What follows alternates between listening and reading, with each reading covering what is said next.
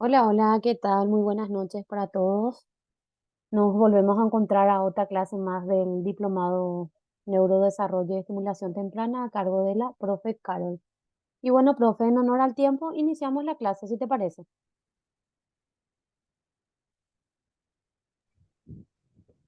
Sí, sí, cómo no. Ok, profe, contigo.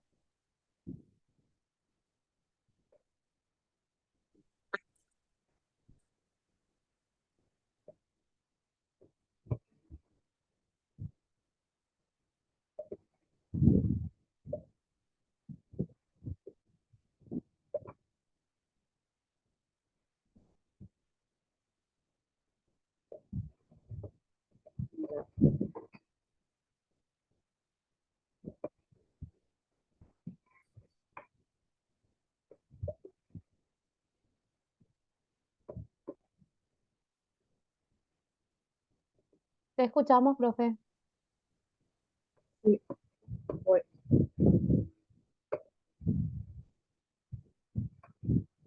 Muy buenas tardes. Espero que se encuentren muy bien. Acá voy a cerrar esto que tengo aquí a la vista y ya.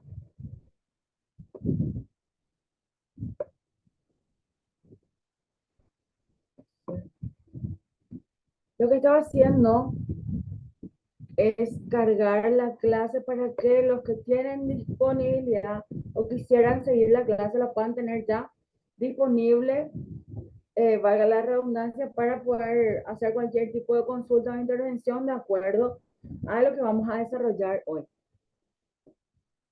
Bien, estamos 10, genial. Bueno, estuve viendo ya todas eh, estas evaluaciones de proceso, que es la uno, como pudieron verificar, ¿verdad? O experimentar. Eh, Buenas noches, Karen, mucho gusto, qué suerte. Eh, entonces, vieron que la evaluación tiene un proceso más, tiene un objetivo más bien de ver y continuar nuestra indagación o preparación con relación a un proceso que va marcando, ¿verdad? Que vamos a ir marcando con las unidades que vamos desarrollando, ¿bien? Entonces, siempre es importante poder participar. Evidentemente, casi estuve 100% compartiendo principalmente la evaluación de procesos, sin embargo, con los trabajos de proceso quedaron un poco, que faltó, ¿verdad? Faltó un poquito más de tal vez motivación, de tiempo. Eh, entonces, sería muy importante, en realidad yo solía dar trabajos de procesos en todas las clases, ¿verdad? Tipo complementar lo que vamos desarrollando, porque evidentemente, por más de por más de que quisiéramos ahondar más, el tiempo también es reducido. Tenemos nuestras clases también un poco más reducidas, digamos, en cantidad. Está reducida en cantidad. Entonces, por eso era importante, o sigue siendo importante, poder ampliar un poquito de alguna manera. Entonces yo generaba un trabajo para que todos pudieran indagar y profundizar más algún tipo de temática que se necesita para profundizar la sesión, ¿verdad? En este caso, por eso que hice como una reducción por unidades, ¿verdad? Donde obviamente vamos a tratar todo lo que ustedes ya tienen en sus programas y podemos también ahondar en más según la disposición y las ganas del grupo, ¿verdad? Eh, pero bueno, me quedo, digamos, inconforme con la presentación de los trabajos de proceso. En realidad tienen un tiempo considerado, que tampoco, el trabajo no es tampoco una cuestión muy exigente.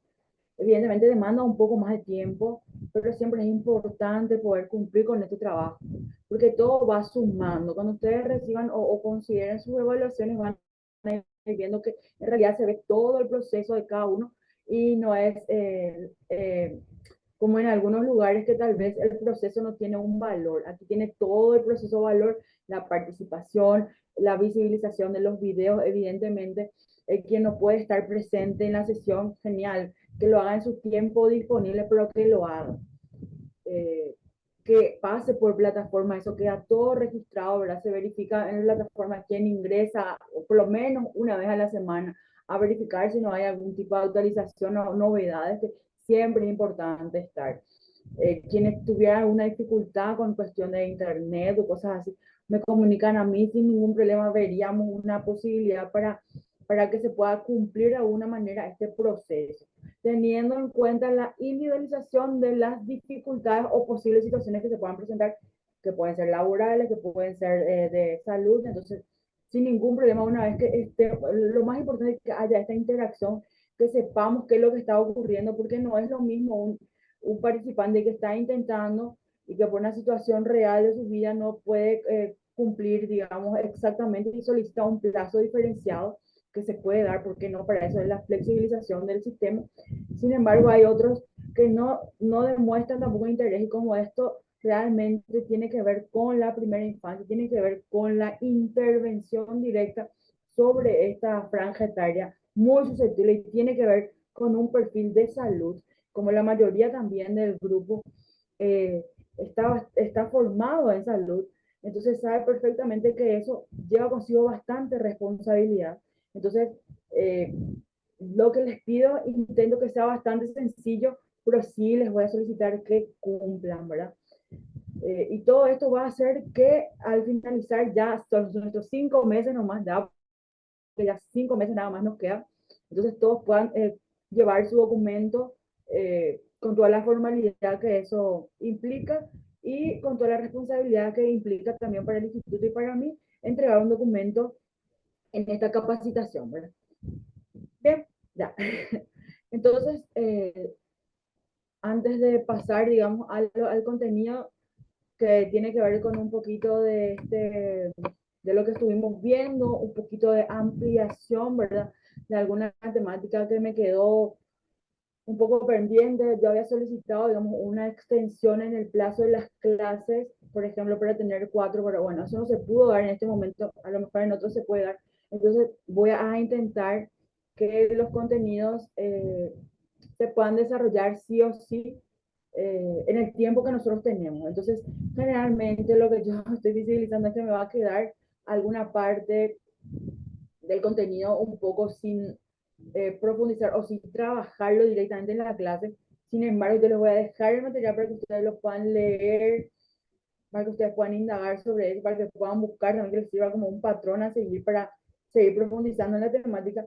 Y si tienen dudas, comentarios, están con alguna necesidad acerca de la temática que no pudimos, digamos, ahondar durante la sesión, entonces eh, me escriben de manera personal si quieren, sin ningún problema, o lo hacen a través del instituto, y yo voy a tratar de ayudarles con la temática que requieren, ¿sí? O en las que están interesados.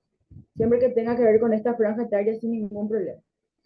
Bien, entonces, en teoría, iniciamos nuestra segunda unidad, ¿sí? Que tiene que ver con desarrollo infantil temprano, lo que implica lo que es el abordaje, y, digamos, destacar principalmente estos signos de alerta en el desarrollo.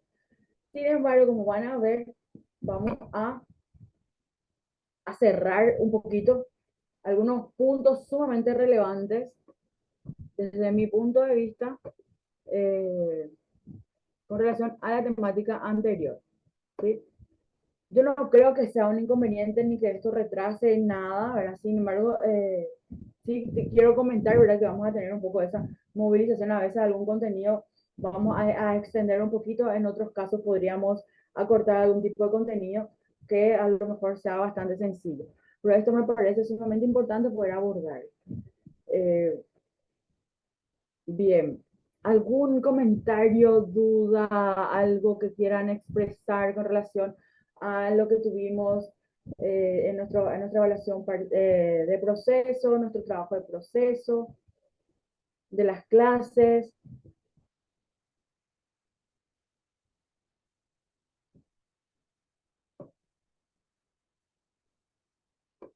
Si no tienen suficiente audio o les complica un poquito, me pueden escribir igual en el chat.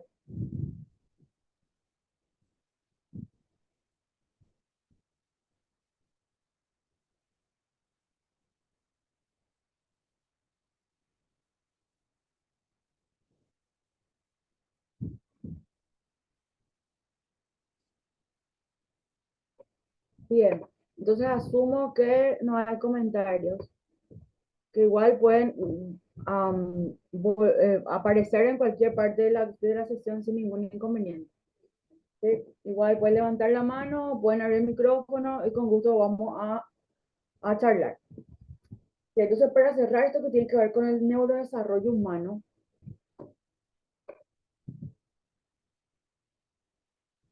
muchas gracias, Karen. Igual cuando tengan dudas, comentarios, tienen, siempre les dejo en el final de la diapositiva un correo electrónico, un número de teléfono. Me parece que sí, creo que estuvo con dificultad el número que está fijado en la diapositiva, en la final. En todas las clases siempre voy a dejar número de contacto y correo electrónico. Si por ahí en el número de contacto de WhatsApp no me ubican, me pueden escribir al correo electrónico, pero creo que sí o sí voy a recibir. También una participante me buscó por redes sociales sin ningún inconveniente, ¿verdad? Son redes sociales abiertas, entonces pueden interaccionar por cualquiera de los medios sin ningún inconveniente por mi parte, con tal de poder, digamos, satisfacer la necesidad de cada uno, cada uno. Otra cosa que les iba a decir, ¿verdad? Los trabajos de proceso siempre van a ir dentro de la presentación. Entonces, para mí es muy importante que o sea, cada uno yo entiendo y respeto, ¿verdad? Que tengan un sistema de estudio, un sistema de aprendizaje, entonces es genial. Algunos se demoran más, otros lo hacen más rápido, algunos imprimen, otros leen en digital. Bueno, cada uno es genial, yo acepto y me encanta, cada uno puede hacer como quiera su sistema de estudio o de lectura o de participación, pero para mí es importante que entiendan que en cada diapositiva yo voy a dejar la información que yo necesito. Entonces, si yo les solicito un trabajo de proceso, el trabajo, la descripción del trabajo de proceso, las indicaciones del trabajo de proceso van a estar en la diapositiva de la clase. Entonces, si necesitan contacto, van a encontrar siempre mi número de contacto o formas de contactarme en la última diapositiva de la clase o en la penúltima, ¿bien? Eh, entonces, eh, para las personas que a veces no ingresan a las clases, no ingresan a las plataformas, no descargan la clase o no visibilizan la clase, eso también para mí es un indicador de quienes están siguiendo realmente la clase y quién no, ¿verdad? Porque quien me pregunta qué es el trabajo, qué hay que hacer el trabajo, es porque de verdad no descargó ni visibilizó la clase. Porque al ingresar a la diapositiva de la clase van a encontrar como primera diapositiva de inicio de sesión el trabajo de proceso, ¿bien? Entonces eso es lo más quiero que tengan en cuenta, que para mí también es un indicador y por eso también la clase está estructurada de esta manera. Quien ve la clase, quien ingresa a la plataforma va a tener toda la información que yo solicito, ¿sí? En otro caso voy a buscar otro medio lo más formal posible para comunicar o solicitar lo que sea fundamental para cada uno de nosotros. Entonces, todo siempre va a estar en la diapositiva, ¿sí? Todo lo fundamental. Bien, entonces pasen por la plataforma, verifiquen la clase o verifiquen los videos y van a encontrar la información. Bien, perdón, ya con eso ya cierro todos mis comentarios, entre paréntesis. Bien, entonces, un tema de desarrollo humano, un contenido para subrayar algunas temáticas que no destacamos, ¿verdad? Siempre vamos a hablar de que hay una secuencia en el neurodesarrollo. Esto va, por ejemplo, desde la concepción o desde previa a la concepción, cuando el óvulo es penetrado, ¿verdad? Digamos, cuando está ocurriendo el proceso de migración, a lo mejor de los espermas al óvulo, ¿verdad? Entonces, cuando hay concepción es cuando el óvulo es penetrado por este esperma, ¿verdad? Y digamos, ahí va a empezar nuestra secuencia de evolución, ¿sí? Entonces vamos a hablar de la concepción, ¿verdad? Hasta que el individuo llega a ser adulto, se va adquiriendo y desechando un sinnúmero de capacidades y funciones correspondientes al proceso más complejo y perfecto de toda la naturaleza, que es el desarrollo y la evolución del ser humano y su interacción con el medio. Obviamente, actualmente con estos avances tecnológicos y científicos en diversas áreas, especialmente la que a nosotros nos va a llamar un poquito más, ¿verdad? Para poder ver esta área que tiene que ver con desarrollo de la concepción y situaciones genéticas hereditarias, entre otras situaciones que se pueden presentar. Entonces, nosotros vamos a destacar lo que tiene que ver con la embriología, con la genética, con la neurofisiología y otras similares, sin dejar de lado lo que tiene que ver con la informática o la informatización de toda esta secuencia, que nos permite comprender más allá que nosotros en este momento vamos a hablar como una maravilla evolutiva. ¿Sí? Entonces afirmamos que el neurodesarrollo es más aún que una recapitulación de la filogenia, ¿verdad? Es una recapitulación del cosmos, ¿sí? Por ejemplo, desde lo que significa o lo que fue el Big Bang, ¿sí? Si es que se pierde un poquito el concepto de la situación que se originó con el Big Bang o lo que significó el impacto, obviamente desde el punto de vista científico, esto no tiene que ver con religión. Entonces, googlean un poco qué es y vamos a tomarnos de esto hasta lo que representa la situación en nuestros días, desde nuestros primeros átomos, moléculas y ADN, hasta el complejo ser humano, la inteligencia, las infinitas potencialidades. ¿Bien?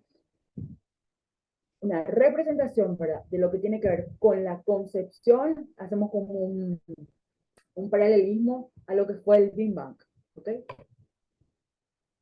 Entonces, la temática del neurodesarrollo que se expresa en lo que conocemos como desarrollo psicomotor, ¿sí?, no preocupó, por ejemplo, a los médicos antes del siglo XVI. ¿Sí? No pasaba nada. Cuando recién se comienza a acuñar este concepto de infancia, recién en el siglo XVIII, se comprende a este niño, niña, como un ente diferente al adulto, ¿sí? Porque se mencionaba al niño como un adulto pequeño, ¿verdad? Entonces, eso se desdobla, eso deja de tener credibilidad y se ve al niño como un ser independiente, diferente al adulto. Entonces, un recorrido un poco por la historia, ¿verdad? Para tener en cuenta fechas, para orientarnos en el tiempo de realmente desde cuándo estamos hablando de la temática o desde cuándo vamos a empezar a evolucionar con lo que nosotros estamos hablando. Que tiene que ver con desarrollo infantil, con neurodesarrollo infantil. ¿Bien? Y por tanto, antes de estas fechas, no vamos a encontrar citas muy referenciadas con estos nombres que utilizamos actualmente. En el 774, Pestalozzi aparece en la mayoría de las cuestiones científicas y filosóficas. Por eso siempre en filosofía general, seguramente en el colegio, la mayoría pudo tener contacto básico con lo que es con Pestalozzi y otros filósofos.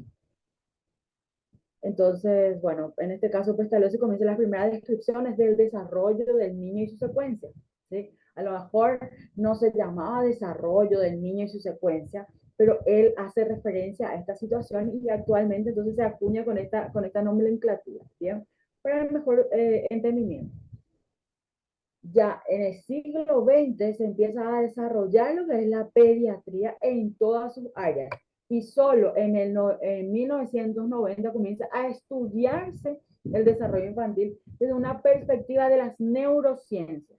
¿Bien? O sea que no estamos muy alejados del inicio de esta situación del realce de la primera infancia o infancia en general. Justamente desde la perspectiva de las neurociencias. Entonces significa bastante actualización. Y se comprende que el desarrollo psicomotor, y miren que luego vamos a ver la diferencia entre psicomotricidad y neuromotricidad, ¿bien? Entonces, por eso siempre es importante abordar lo que tiene que ver con lo psicomotor, entendiendo también que posteriormente a eso hay un concepto más amplio que tiene que ver con la neuromotricidad y que no deja de lado el desarrollo ni la importancia de las acciones psicomotrices, ¿sí? O el desarrollo psicomotor. ¿Bien? Eh, que es una consecuencia, este desarrollo psicomotor es una consecuencia de la interacción entre la genética, mi herencia, mis características interoceptiva, exteroceptiva y el medio ambiente que me rodea. ¿Sí? Todo lo que existe, personas, eh, cosas inanimadas, naturaleza, todo, expresados en el desarrollo cerebral, ¿sí? Entonces, el desarrollo psicomotor es una secuencia de la interacción entre la genética y el medio ambiente expresado en el desarrollo cerebral, en cómo se desarrolla, cómo va a interactuar mi cerebro con esta situación ambiental. Entonces, eso probablemente lo van a escuchar estos 6 meses o los 5 más que quedan. La importancia de esta interacción en el medio ambiente, cómo se vincula esto con el desarrollo cerebral o su interacción en el desarrollo cerebral. ¿Sí? En este caso, por ejemplo, se menciona la participación de más de 30.000 genes para la construcción de esta obra y obviamente estamos mencionando al cerebro y su interacción. Digamos, este es un recorrido de desarrollo por semanas, de una manera rápida, ¿verdad? Y todo esto va ocurriendo cuando, o sea, todo esto sí, esto va ocurriendo, aunque nosotros consideremos que el bebé está en el útero, en este caso el feto está en el útero desarrollándose, de una u otra manera ya empieza a interactuar con sonidos. A lo mejor no es el sonido que nosotros oímos directamente cuando estamos aquí en este, escuchamos música, entendemos, ¿verdad?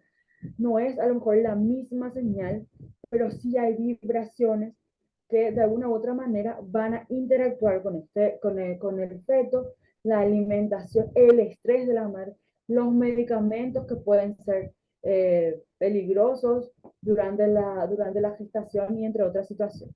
También estuvimos viendo en clases anteriores. Luego de las primeras secuencias embrionarias que llevan a lo que nosotros llamamos o van a encontrar en la bibliografía y pueden seguir leyendo, gastrulación, ¿verdad? Cuando nace este sistema nervioso central, digamos, nuestro eje para poder, o nuestro punto inicial de este desarrollo, ¿sí? ¿De dónde partimos cuando hablamos o que vamos a hablar del neurodesarrollo? Vamos a hablar del sistema nervioso en Naila, ¿bien? Pero no podemos dejar de mencionar todo el proceso que tiene que ver con la concepción, la multiplicación, que también está dentro de la presentación de hoy. Si no lo llegamos a desarrollar, va a quedar siempre de posterior a la diapositiva eh, que, que podemos desarrollar, digamos, en vivo. De hecho, vuelvo a repetir, la diapositiva ya se encuentra disponible en plataforma, entonces pueden continuar o ir viendo los avances de esto. Si alguien quiere saltarlo, lo saltamos sin ningún inconveniente la secuencia que está preparada para hoy. Bueno, entonces, nace este sistema nervioso central, ¿verdad? Pasando por este proceso que se llama notocondrial y luego lo que es la inducción dorsal y ventral en las primeras semanas tras la fecundación. Primeras semanas. Estábamos hablando antes probablemente de las primeras 3 semanas. ¿Verdad? Todo este proceso fundamental ocurre cuando generalmente la mamá todavía no tiene muchos signos y síntomas para consolidar esta información de que si está o no está embarazada. Bien, entonces, la gastrulación tiene que ver con esto. El nacimiento de nuestro sistema nervioso central, ¿sí? eh, tiene que ver con la generación, ¿verdad? De estos tejidos, como podemos ver acá, distribuidos en 3 colores principales, ¿verdad? Por ejemplo, cuando se conforma el ectodermo es quien, digamos, da el origen al sistema nervioso y a la piel. El mesodermo, que estamos viendo en color amarillo, y podemos ver la orientación, digamos, acá eh, en lo que va a ser posteriormente, no me voy a adelantar, ¿verdad? Pero bueno, ven la conformación de este como tubo, bueno, entonces va apareciendo el ectodermo por fuera, el mesodermo, digamos, en el medio, ¿sí? Entonces esto tiene que ver con los tejidos musculares, esqueléticos, los riñones, el aparato reproductor, ¿bien? Digamos, el tiempo y el área que desarrolla este color o esta área. O este tipo de tejido también podemos decir, ¿verdad? Que a lo mejor es más apropiado. Entonces, el endodermo tiene que ver con la generación de tejidos glandulares de tipo endocrino, los pulmones, el sistema digestivo y el hígado. Bien, entonces va la conformación, vemos por fuera, en la media y en el centro. Bien, tenemos otra imagen, ¿verdad? De cómo también se puede observar desde otro punto o desde otra arista, ¿verdad? Siempre va el ectodermo, el mesodermo y el endodermo. Este es como una cuestión más celular, ¿verdad? O una imagen un poco más celular. Y en estos momentos, por ejemplo, se está destacando eh, funciones tal vez o situación de estos a nivel celular, ¿verdad? Y por eso tienen estos nombres. Bueno, hablamos de lo que es la notocorda, ¿sí? Y la conformación de lo que nosotros, o para nosotros también es un eje fundamental para la mayoría de situaciones, a veces prevenibles, que tienen que ver con la conformación de nuestro tubo neural, ¿bien? Entonces, por eso nosotros vemos que esto, cuando hablamos de ecto, meso y endo, estamos hablando de tejidos o áreas que van a conformar nuestro tubo neural, ¿sí? Bueno, en la etapa, estamos hablando de la gastrulación, vamos a pasar a la siguiente etapa que tiene que ver con la proliferación, ¿verdad? Entre el segundo y cuarto mes de gestación, ¿bien? Esto, en este caso, aumenta el número de neuronas y células de la glía para continuar con el siguiente proceso, tiene que ver con la migración, cuando las neuronas viajan desde zonas centrales a la periferia, ¿sí? Para formar lo que es la corteza cerebral.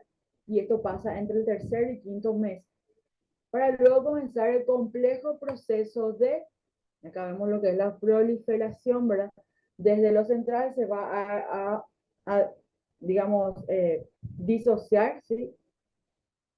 Para posteriormente, acá vemos también, digamos, un proceso de migración para poder posteriormente llegar a la organización que comienza aproximadamente en el sexto mes, ¿sí? Pero digamos que dura varios meses posteriormente al nacimiento. Con la arborización de las dendritas, ¿sí? Vamos a, creo que tengo una imagen ahí para ver más o menos cómo es esta arborización de las dendritas, que establecen cada día millones de circuitos, ¿sí? Algunos que persisten y otros que desaparecen, ¿sí? Los que son estimulados, los que son activados, se mantienen, y lo que no se utiliza, digamos, esta ley, se desecha. Entonces, eso se llama apostosis, ¿verdad? O sea, también está esto que tiene que ver con la apostosis, que es la muerte celular programada, ¿bien? Hay momentos o situaciones en las cuales esas van a dejar de tener utilidad, por lo tanto van a desaparecer o morir. Por decirlo de una manera súper práctica y rápida, ¿bien? La bibliografía van a encontrar bastante más explicación. La organización tiene que ver con la conformación, digamos, o el acompañamiento de tipo clasificación según características, según función, por ejemplo. Y finalmente, el último proceso más prolongado, que tiene que ver con la mielinización, que para nosotros es sumamente importante, ¿sí? Porque de esto depende la transmisión de la información. Cuando tenemos trastornos, a veces tenemos bastantes situaciones que se presentan en la activación de esta mielinización, ¿sí? La mielina, que es lo que nos va a servir para que los impulsos nerviosos se trasladen a donde nosotros queremos que lleguen, ¿sí? Con la finalidad de que sea rápida. O sea, para que haya una acción y reacción rápida, necesitamos que la mielina esté activada, entonces la información va a fluir. Esto comienza alrededor del nacimiento y se extiende por varios años, permitiendo el aislamiento de circuitos y mejorando la velocidad de conducción nerviosa, ¿sí? Conducción nerviosa. ¿Sí? Esas son las vainas de mielina. ¿Bien? Vemos el axón, obviamente, ¿dónde se va a, donde tiene que encontrarse la mielina? Tiene que encontrarse en el axón, recubriendo el axón. Entonces acá vemos que hoy vamos a tener, cuando tenemos sinapsis, ¿sí? Posteriormente a esta sinapsis vamos a buscar la activación de estos circuitos o la generación para posterior activación de los circuitos y obviamente vamos a necesitar que una se conecte con otra y para que la información viaje, ¿sí? Eficazmente se debe activar esta vaina de mielina.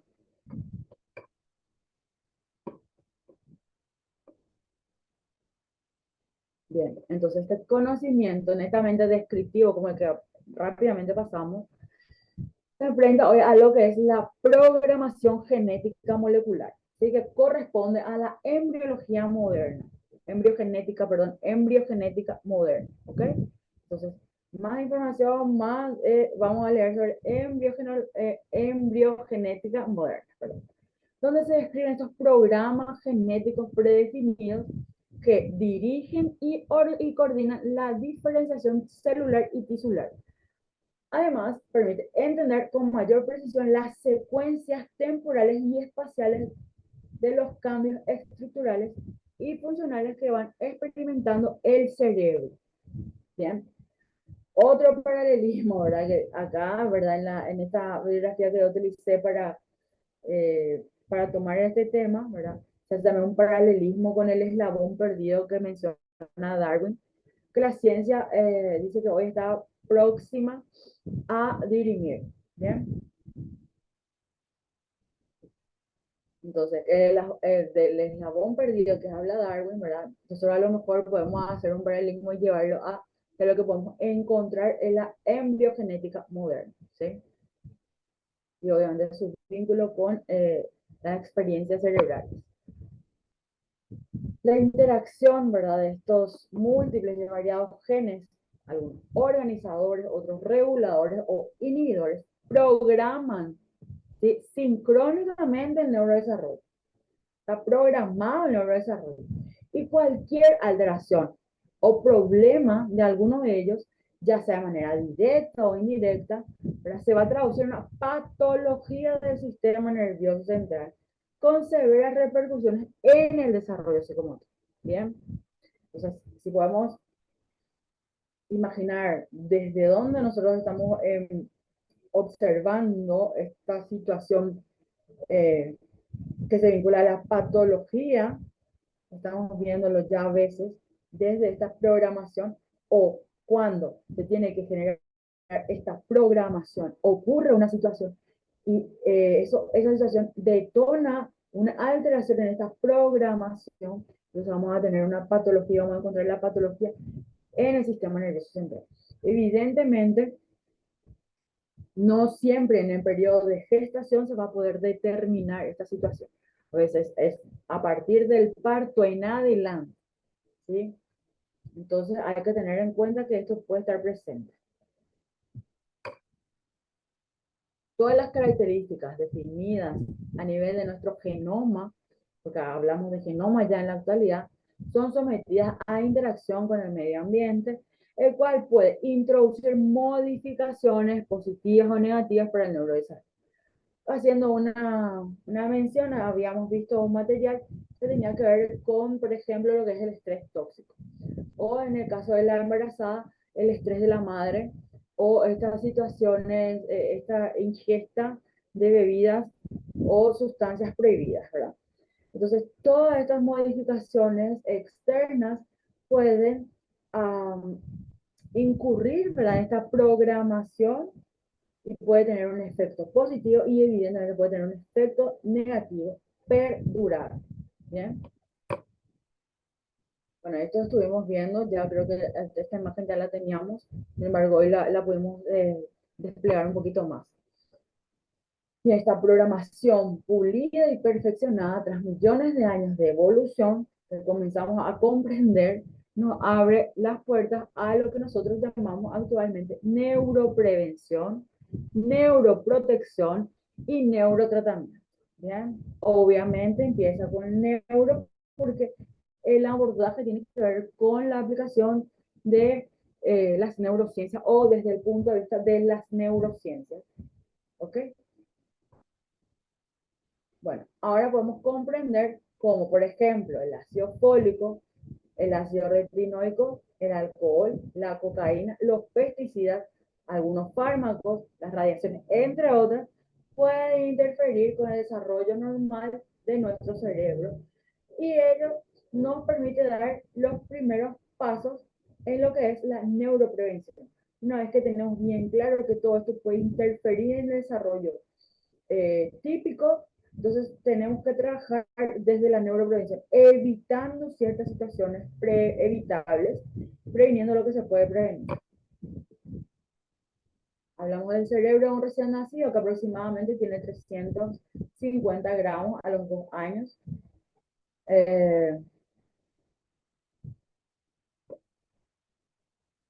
Perdón, 350 gramos a los 2 años, 1050 gramos y en un adulto 1400 gramos, ¿sí? Aproximación. El encéfalo, por ejemplo, sobreproduce sinapsis los primeros 3 años, ¿sí? Aquella que mantiene los estímulos prevalecen y las subestimadas desaparecen, ¿sí? Las que se activan, las que se estimulan continúan y las que no, las que se quedaron rezagadas, no es que se quedan ahí rezagadas, sino van a desaparecer. Entonces, aquí está la clave del rol que ejerce el medio ambiente sobre, o cómo influye este medio ambiente en la arquitectura cerebral y su función. Sí, tiene una influencia directa y nociva en muchos casos, que se puede prevenir también. ¿Bien? Las imágenes, digamos, para más o menos relacionar, ¿verdad? Esto que tiene que ver con los gramos que puede pesar el cerebro. Bueno, el cerebro humano es el único cerebro de mamíferos que no ha completado su desarrollo al nacer. La continuación de su proceso depende de dos grandes factores: la leche materna, el segundo lugar, el apego. La leche materna específica, que habíamos mencionado también en otra clase, específica para la especie humana, aporta valiosos nutrientes que ninguna otra leche mamífera puede brindar. Para concluir, el neurodesarrollo. Y esto que tiene que ver con el apego es la mayor influencia del medio ambiente en el adecuado desarrollo psicomotor. ¿Sí? Entonces son ejes que desde cero o desde el nacimiento nosotros podemos fortalecer y crear. La evidencia en investigaciones se demuestra que los niños alimentados al menos los primeros 6 meses los primeros 6 meses de vida con leche materna se enferman menos, son más inteligentes. Eso pueden buscar en estadística, van a encontrar. Y también, por otro lado, los que tienen apego o los que estimulan el apego con sus familiares, o los familiares estimulan el apego, son mucho más seguros, estables. Para este apego, este tipo de promoción del vínculo, promueve la disminución del maltrato, ¿verdad? A veces suena un poco raro, pero efectivamente tiene mucho vínculo con la prevención de situaciones de estrés negativo para con los niños, hace que la familia sea más funcional y promueve un sistema inmunológico más potente. ¿Sí? Se ha escrito, por ejemplo, que el maltrato infantil es capaz de disminuir el volumen cerebral, ¿sí? Deja secuelas permanentes. Y el número de sinapsis con una influencia negativa del medio ambiente, al igual que el alcohol y muchos otros tipos de sustancias no permitidas. Entonces, cuando hablamos de maltrato infantil, no necesitamos que el niño se encuentre realmente escolarizado en edad escolar para que éste esté recibiendo maltrato. ¿Sí? El maltrato no siempre está totalmente detallado en los documentos o manuales o leyes, ¿verdad? Nosotros podemos notar maltratos de muchas maneras que están normalizados y que efectivamente cuesta demasiado que el 100% o por lo menos la mayoría de la población lo note como un maltrato. Por ejemplo, nosotros tenemos constitucionalmente una ley que dice que está prohibido eh, disciplinar con castigo físico. Sin embargo, nosotros todos los días estamos teniendo posibilidad de observar el castigo físico como una forma de educación, lamentablemente, que no voy a estar nunca de acuerdo, eh, para disciplinar a los niños, la violencia para disciplinar. Entonces, bueno, es una cuestión que yo no quiero tocar con mucha profundidad porque eso también depende de la línea de pensamiento y formación de cada uno, cada uno. Sin embargo, podemos, con respeto, ¿verdad? Cada uno pensar lo que queremos, buscar siempre la información. Por ejemplo, en las escuelas, nosotros no estamos observando que hay un tipo de maltrato que es un abuso, ¿verdad? Y es maltrato que dan, por ejemplo, las maestras y maestros, que se puede comprobar perfectamente, por eso lo hablo abiertamente.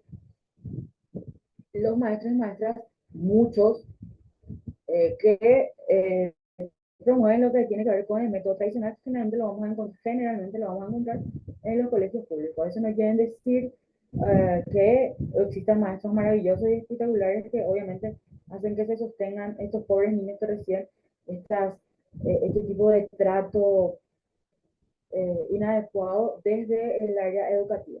Y eso, por ejemplo, no lo vamos a encontrar siempre en los manifiestos, ¿verdad? Que el educador resulta que cuando trata de tal manera, agrede al niño de manera verbal, está efectivamente ejerciendo maltrato sobre el niño.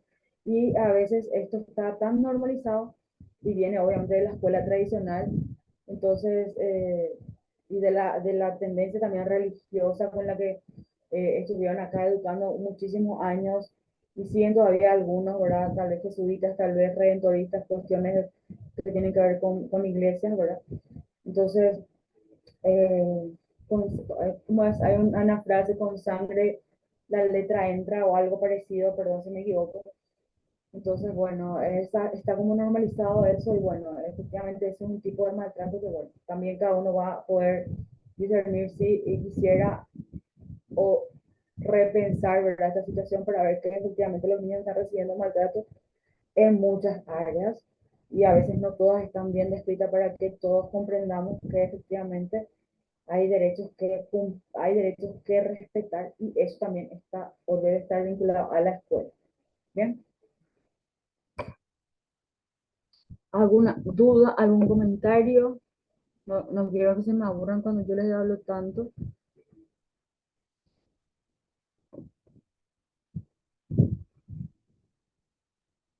Vamos a hacer una cosa, vamos a ver les voy a compartir un videito para que no se me aburran, un video que tiene que ver con los lóbulos cerebrales que no pudimos observar, digamos, de manera ideal para mi gusto en las clases.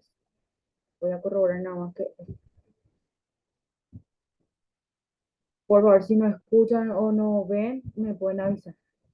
Los lóbulos cerebrales son las diferentes regiones en las que se divide la corteza cerebral. Existen 4 lóbulos diferentes y cada uno se encuentra en 2 hemisferios. No se ve todavía el video, profe. Frontal, temporal. No se ve. Bueno.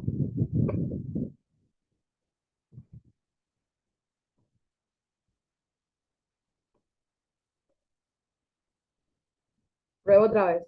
Los lóbulos cerebrales son las diferentes regiones en las que se divide la corteza cerebral. Existen 4 lóbulos diferentes y cada uno se encuentra en 2 hemisferios cerebrales: frontal, temporal, parietal y occipital. Además, algunos autores plantean un quinto lóbulo, la ínsula. Una característica importante de los lóbulos del cerebro es que estos se encuentran simétricamente organizados en 2 hemisferios del cerebro, es decir, la corteza cerebral se puede dividir en 2 hemisferios diferentes, el hemisferio derecho y el hemisferio izquierdo. Cada uno de estos hemisferios posee una parte proporcional de cada lóbulo cerebral. Los lóbulos son probablemente las regiones del cerebro más fácilmente identificables. Estos se localizan en la corteza cerebral, es decir, en la región más externa del cerebro. Se caracterizan por abarcar toda la estructura cerebral. Cubren toda la zona del cráneo, recorriendo las diferentes regiones externas del cerebro. Veamos cuáles son los lóbulos cerebrales y sus características. Lóbulo frontal. El lóbulo frontal, tal y como su nombre lo indica, se localiza en la región frontal de la corteza, es decir, es la parte del cerebro que los seres humanos poseen en la zona de la frente. Se caracteriza por ser el lóbulo más grande del cerebro. por lo que su estructura atómica no se limita a la zona de la frente, sino que se proyecta hacia regiones más superiores y más profundas. De hecho, el lóbulo frontal ocupa aproximadamente un tercio de toda la corteza cerebral. El lóbulo frontal se separa en su región superior del lóbulo parietal mediante la fisura de Rolando y por su zona inferior del lóbulo temporal a través de la fisura de Silvio. Funciones. El lóbulo frontal destaca por su papel en el procesamiento de funciones cognitivas elaboradas, es decir, lleva a cabo actividades como la planificación, la coordinación, la ejecución y el control del comportamiento. Por otro lado, el lóbulo temporal también desempeña actividades importantes como el establecimiento de metas, la prevención, la articulación del lenguaje o la regulación de las emociones. Esta región cerebral se clasifica como la más evolucionada y desarrollada, es decir, la mayor magnitud y funcionalidad del lóbulo frontal de los seres humanos explica gran parte de sus diferencias cognitivas con el resto de animales. En este sentido, el lóbulo frontal es la estructura cerebral que desarrolla un papel más destacado con las funciones relacionadas con la inteligencia, la planificación y la coordinación de secuencias de movimientos voluntarios complejos. Permite mitigar el comportamiento instintivo e impulsivo y aportar racionalidad y coherencia a la conducta. Lóbulo parietal. El lóbulo parietal es la zona de la corteza cerebral que se sitúa en la zona que recae bajo el hueso parietal, es decir, se ubica en las partes medias y laterales de la cabeza. Este lóbulo resulta más pequeño que el lóbulo frontal y el lóbulo temporal, pero de mayor tamaño que el lóbulo occipital y la ínsula. Funciones.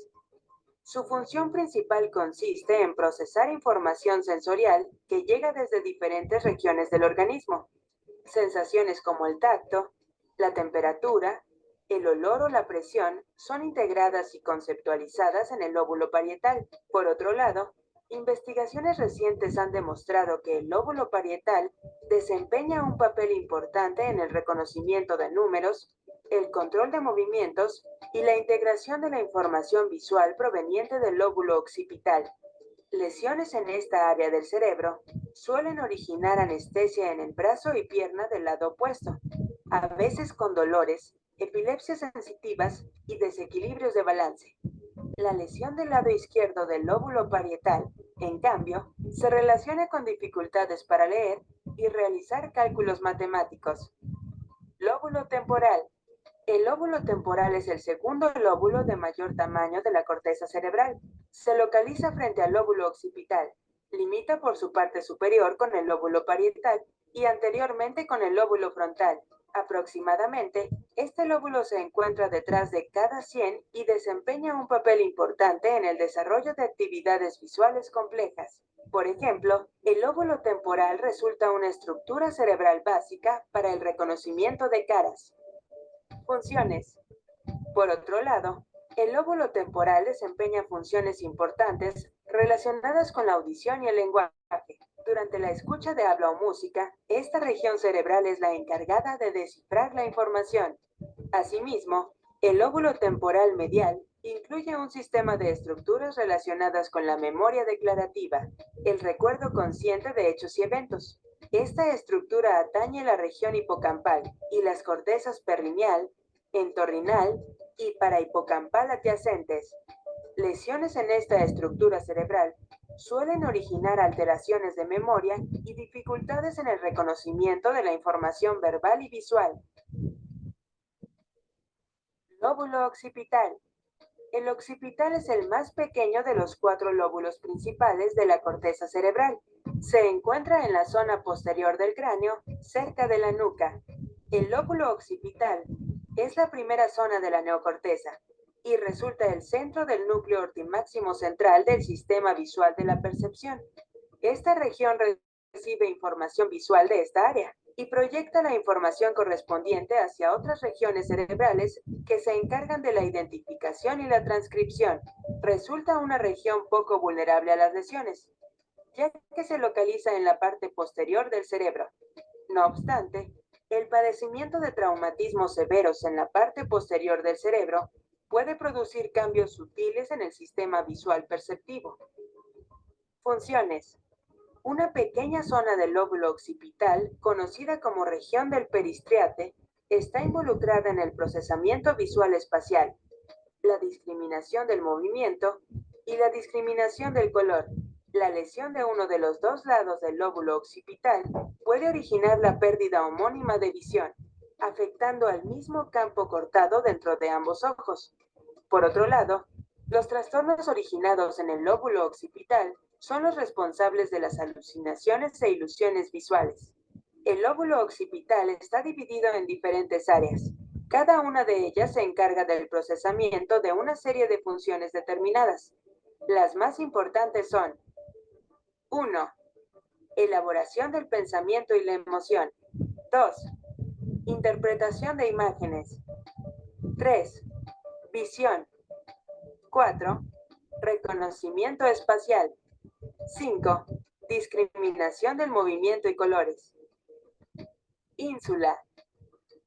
Finalmente, la ínsula, también conocida como corteza insular, es una estructura que se encuentra ubicada profundamente en la superficie lateral del cerebro. Concretamente, se encuentra dentro del surco de Silvio, región que separa el lóbulo temporal del lóbulo parietal. Se trata de una pequeña región que se encuentra en la intersección entre corteza temporal y corteza parietal, quedando así ubicada en la zona medial del cerebro. La ínsula se diferencia de los otros lóbulos por no ser visible en la cara externa del cerebro.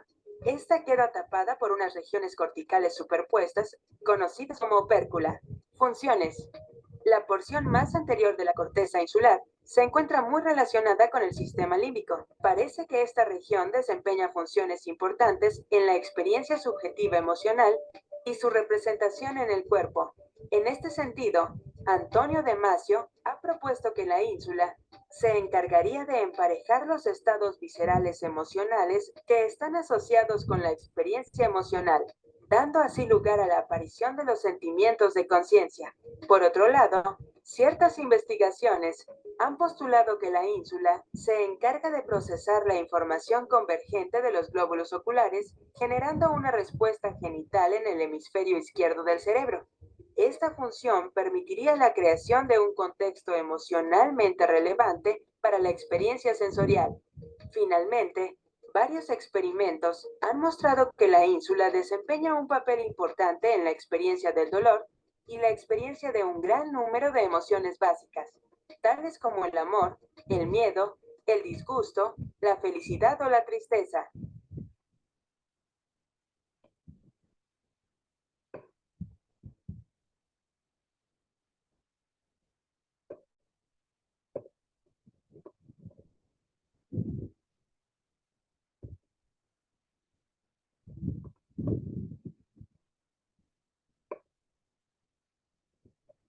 Muy bien, espero que les haya sido útil, digamos, este resumen, sobre todo vinculado a las afectaciones por zona y más o menos en dónde interviene esa afectación.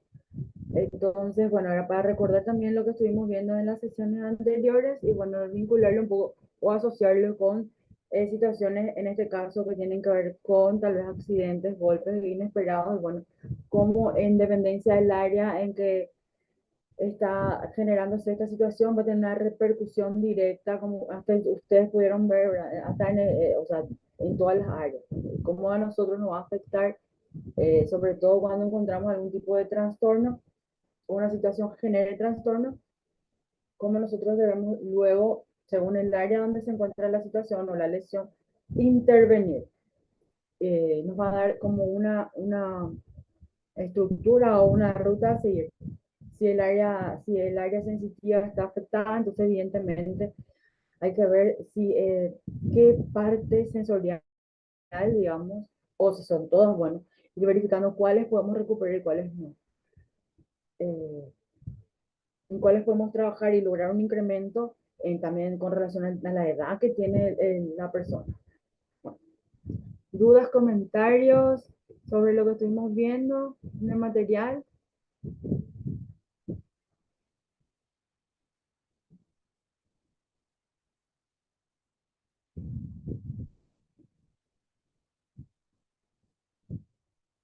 Bien, si llegara a surgir, me pueden escribir en plataforma, me pueden escribir, contactar valga la redundancia, en los contactos que voy dejando siempre, o vía el instituto, ¿verdad?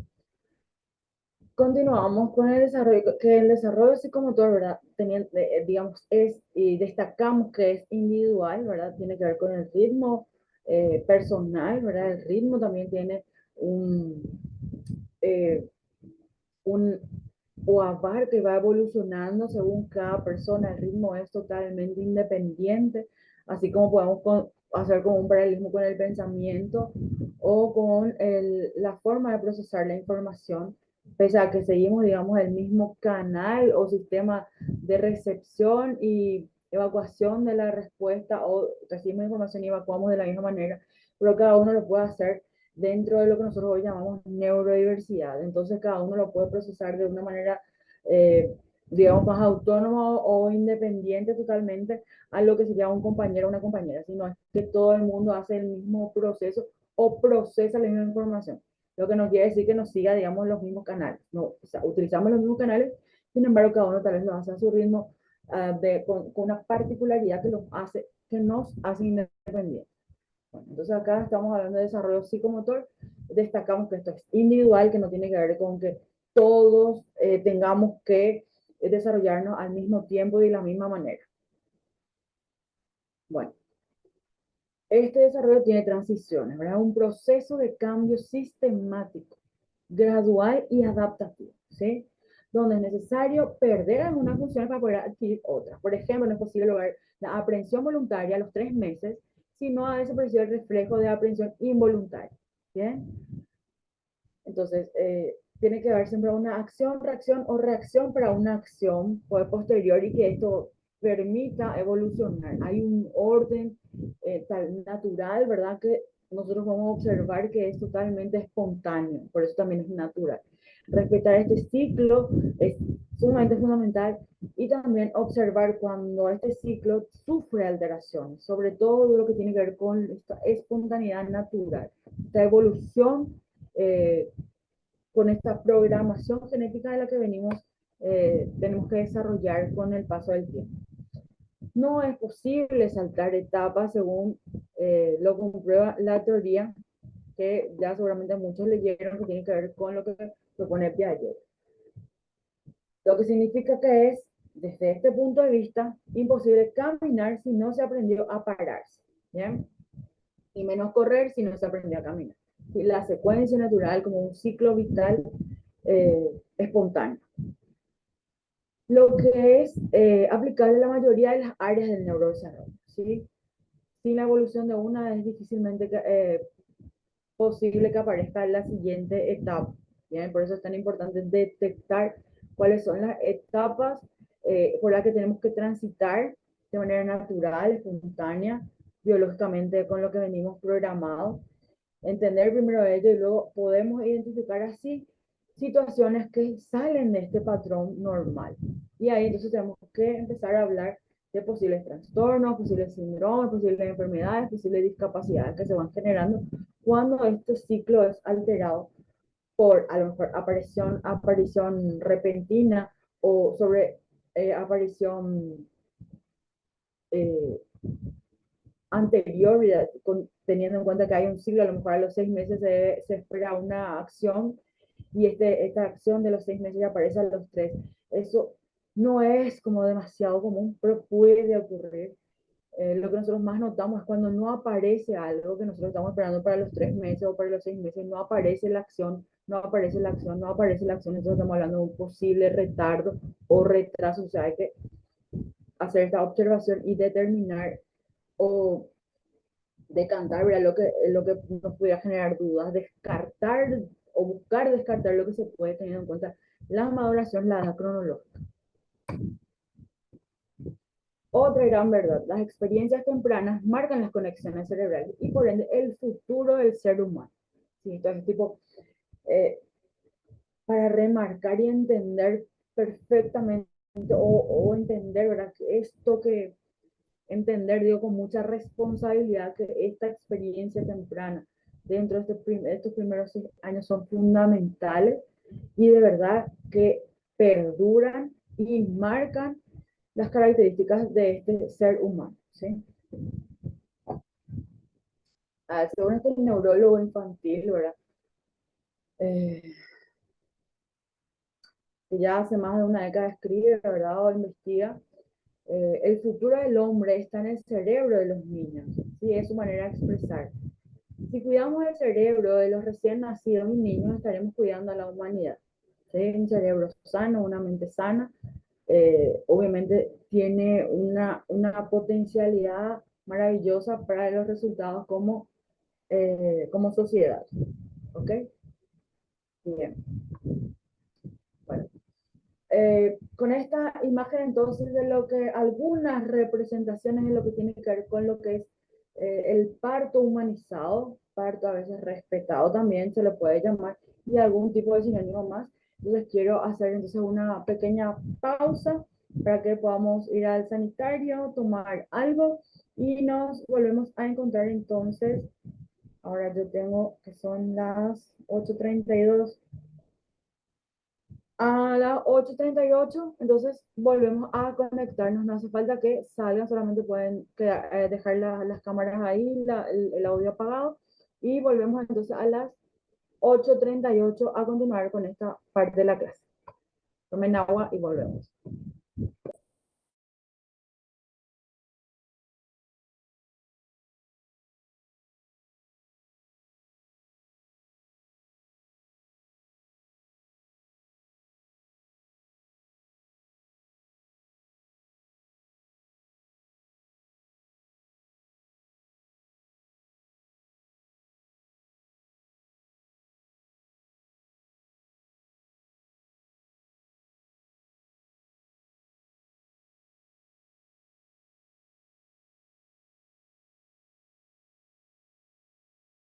Vamos de vuelta. Bien, simplemente para ir, digamos, marcando, ¿verdad? Esto que tiene que ver con este proceso, ¿verdad? De gestación, ¿verdad? Lo que ocurre en el proceso de gestación a nivel de desarrollo. Después de la gestación, obviamente, esta maravillosa experiencia culmina con el momento del parto, un momento en el cual pudieran también ocurrir un montón de situaciones indeseadas en la mayoría, ¿verdad? Accidentes principalmente, situaciones que no se pudieron prever o determinar eh, desde el momento de la gestación para hacer una intervención. Por ejemplo, en el caso de mamás que sean hipertensas, en el caso de mamás diabéticas, en el caso de que, por ejemplo, la madre padezca de artrosis reumatoidea, entre otras situaciones que se pueden ir presentando. Esto genera tipo una tentativa de situaciones que pudieran presentarse posterior o desde el momento del parto, ¿verdad? Para el niño, obviamente para la mamá también, en lo de la mamá se prevé y se trabaja para que esto eh, tipo se pueda controlar mejor lo más posible y verificar que los signos que se puedan presentar en el niño, en el bebé recién nacido, puedan ser lo más controlados posible. Por ejemplo, si el niño nace también y nace diabético, si el niño tiene, por ejemplo, en el caso de madres consumidoras de sustancias nocivas o prohibidas, ¿verdad? Tenga también estos síndromes o síndromes de alcohólico fetal, por ejemplo, ¿verdad? Entonces, hay que hacer todo, digamos, un proyecto de acción en el caso de que haya sospechas y otras situaciones que son accidentales, que son del momento, bueno, habrá que intervenir con la velocidad de la experiencia y el conocimiento de los profesionales especializados. Lo que sí es importante entender que actualmente, como seguramente ya la mayoría escuchó o no se manifiesta o vivió, eh, lo que significa es recibir, o sea, ser parte o recibir esta asistencia humanitaria de parte de los profesionales de salud vinculados al área maternal, ¿sí? eh, que tiene que ver con respetar a la madre, respetar a la parturienta y respetar sus deseos y su situación, porque obviamente También podemos seguir marcando todo este tema que tiene que ver con el maltrato, ¿verdad? Que siempre, y que ahora se promueve muchísimo, ¿verdad? Que el maltrato no siempre es eh, aparentemente visible, sin embargo está enfrente a nosotros y como está tan normalizado lo dejamos pasar, y lamentablemente eso no es correcto. Entonces hay muchas expresiones que se utilizan en el momento del parto por algunos contados profesionales, pero siguen habiendo, que no son positivas y que infringen el derecho humano de la mujer. Entonces, y muchas veces del niño también, pero más en este caso se subraya de la mujer para que evidentemente dejen de efectuarse estos maltratos verbales, principalmente a la mujer que está dando a luz. Entonces, lo dejo así para que cada uno pueda analizarlo, repensarlo en algún momento, que tenga disponibilidad, y siga promoviendo lo que tiene que ver con el respeto a la mujer en el momento de dar a luz, en el momento del parto. Y que todo, obviamente, lo que vaya sintiendo la mujer es algo normal, es algo natural y algo que debe ser respetado por cualquier profesional y cualquier persona. Bueno, digamos, la parte fisiológica de lo que ocurre en el parto, de la posición del niño, cómo se abren las caderas, la posición de los huesos, cómo se debería tal vez tomar al niño para asistir en este momento de la expulsión, ¿verdad? Que también es un incidente bastante delicado. Evidentemente tenemos muchísimos profesionales con práctica maravillosa, sin embargo, no deja de ser un momento peligroso, ¿verdad? En el cual el cuello, eh, el hombro, las caderas del bebé pudieran ser afectados por una manipulación a veces poco ajustada, por decirlo de alguna manera. Entre otras situaciones que también pueden ocurrir en un parto instrumentado, en un parto quirúrgico. ¿Okay? Estas observaciones en estas imágenes tienen que ver con postura. Bueno, hay veces que también el cordoncito eh, está en el cuello. Podemos decir también que la promoción actual hace un tiempo tiene que ver con la promoción de la forma de parto, tiene que ver con el parto natural, que tiene que ver con el parto vaginal, ¿verdad? Entonces, la promoción desde el Ministerio de Salud tiene que ver con las cuestiones positivas que se vinculan a este hecho de sentir y ser partícipe con plena conciencia de lo que ocurre en el momento de la expulsión del bebé, ¿sí? Evidentemente, dentro de lo que va marcando el estereotipo de la mujer, me refiero a que tenemos macrosomías o bebés, por ejemplo, muy pesados o muy grandes, que lo que van a realmente, aunque las condiciones aparentemente de salud estén dadas, pueden lesionar y lastimar a la mujer, por tanto, dejar incapacitada de estar al 100% como pudiera, eh, al tomarse, por ejemplo, al generarse un desgarro, por ejemplo, cuando el niño pesa por ejemplo, más de 4 kilos.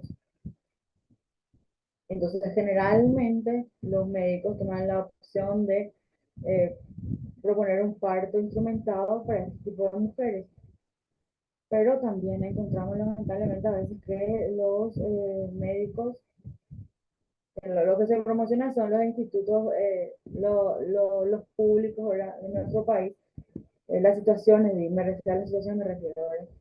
En los privados más o menos la mujer ya apunta a programar su cesárea. Sin embargo, se habla de los beneficios, ¿verdad? Que sobrepasan los beneficios de tener un parto natural a un parto instrumentado. Y bueno, y hay demasiadas corrientes y tendencias incluso a tener al hijo en la casa, en parto natural, tener en el agua, entre otras cuestiones. Y se habla de los maravillosos beneficios que tiene, pero bueno, eso ya queda a criterio de cada profesional y persona que quiera tener una experiencia muy diferente. Lo que sí es que siempre va a haber riesgos y a veces se pueden tomar riesgos también teniendo un sistema preparado de asistencia médica, que lamentablemente en este país no lo vamos a tener de manera eficaz por lo menos. Tenemos experiencias de otros lugares, por ejemplo en Alemania uno llama a su centro de salud y dice voy a tener a mi bebé en mi casa, va a asistirle una matrona, una obstetra preparada que trabaja en este sistema a veces, y tenemos acá que tiene que ver con este acompañamiento a la embarazada, a veces aquí le llaman doula. Entonces ellos asisten al parto, pero el hospital, ¿verdad?, de la zona está preparado y sabe que está ocurriendo o que va a ocurrir un parto en ese lugar y están, digamos, alertan de cualquier situación. Entonces, digamos, una asistencia un poco mucho más que posibilita el bienestar o el equilibrio dentro de lo que se puede a la situación, ¿verdad? Obviamente son todas personas registradas, todas personas, o sea, no es que llega doña Juana y ella es la matrona, ¿verdad? Y ya, sino que es una persona calificada, preparada, con experiencia y que está avalada o certificada por el centro de asistencia de la zona por lo menos. Bueno, y esas experiencias sería maravilloso y ojalá algún día también nosotros podamos contar con con ese tipo de asistencia para que eh, mejoremos nuestra experiencia, ¿verdad?, de mujer y también para niños. Bien, volvemos al neurodesarrollo, ¿verdad? Y vamos a hablar de los periodos críticos, ¿verdad? Los periodos críticos son como ventanas en el tiempo que permiten el desarrollo de una determinada habilidad. Por ejemplo, la visión y la audición sensorial se desarrollan primordialmente desde el nacimiento hasta los 5 meses de edad. ¿Bien?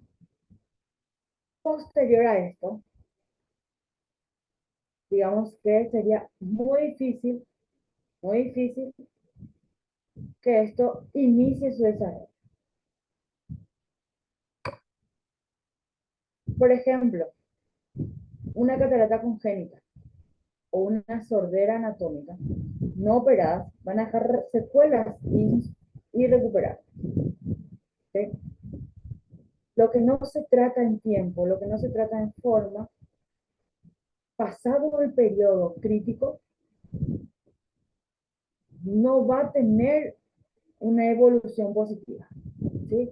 Por más actividades o por más acciones de estímulo que se promueva para activar o hacer evolucionar este sistema. ¿Bien? Por eso se llama periodo crítico. Hay un periodo que se debe cumplir. Pasado ese periodo, no va a haber ninguna modificación. Lo que no se logró hasta el periodo donde estaba la situación candente, por decirlo, posteriormente a ese paso ya no se va a poder, no se va a poder. Vamos a ver más ejemplos. El lenguaje entre el primer y el octavo año de vida. Luego de este periodo, según esta bibliografía, después vamos a encontrar una oscilación en la cantidad de años, 6, 8, 9 años, ¿verdad? En el caso del lenguaje, ya no se puede rehabilitar, y atiendan, no es rehabilitar todo, es rehabilitar de manera efectiva. Así sucede con otras habilidades. ¿Bien? Entonces, siempre acá yo menciono, ¿verdad?, que hay casos, ¿verdad? Son periodos críticos en el desarrollo. ¿Sí? Lo que no se desarrolló en el periodo crítico no se puede desarrollar después. Entonces tenemos que ser coherentes con la evolución natural, desde donde aparece o debería aparecer la activación de este sistema, sea sensorial o no, o orgánico, ¿por qué no?, en dependencia, o habilidad en otros casos, o capacidades en otros casos, ¿verdad?, según el momento de maduración. Lo que no se estimuló, lo que no se hizo florecer en el tiempo que tenía que florecer, se queda estancado o se pierde totalmente. En el caso de que hubiera surgido una lesión en este proceso, por ejemplo, a los 6 años, cuando hablamos del lenguaje, habrían cosas que se pueden recuperar, que se pudieran rehabilitar según la situación. Porque, digamos, ya hubo un estímulo, ya hubo una activación, ya se usó el lenguaje. Sin embargo, posteriormente a eso, hubo a lo mejor un accidente cerebrovascular que intervino en el área del lenguaje, entonces dejó una secuela. por tanto se pudiera rehabilitar un tema que tiene que ver con la memoria que quedó de lo que se activó. Sin embargo, cuando en todo este periodo, hasta los 6, hasta los 8, no se activó, no se usó, significa que, digamos, una semilla que se secó,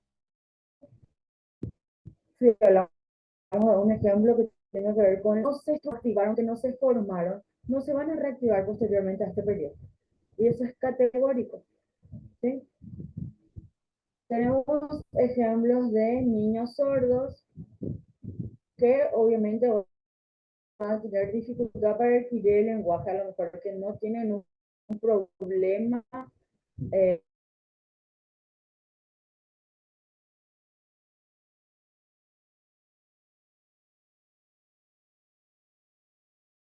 en este caso, ¿verdad? Y acá en Paraguay hubo bailando sus derechos, sus padres hicieron todo lo posible para colocarle un implante coclear, ¿verdad? En el oído, eh, una cirugía bastante cara, perdón. Acá, a lo mejor en Argentina nomás tenemos también, sin embargo, es como más accesible por el tipo de sistema de salud que maneja. El tema es que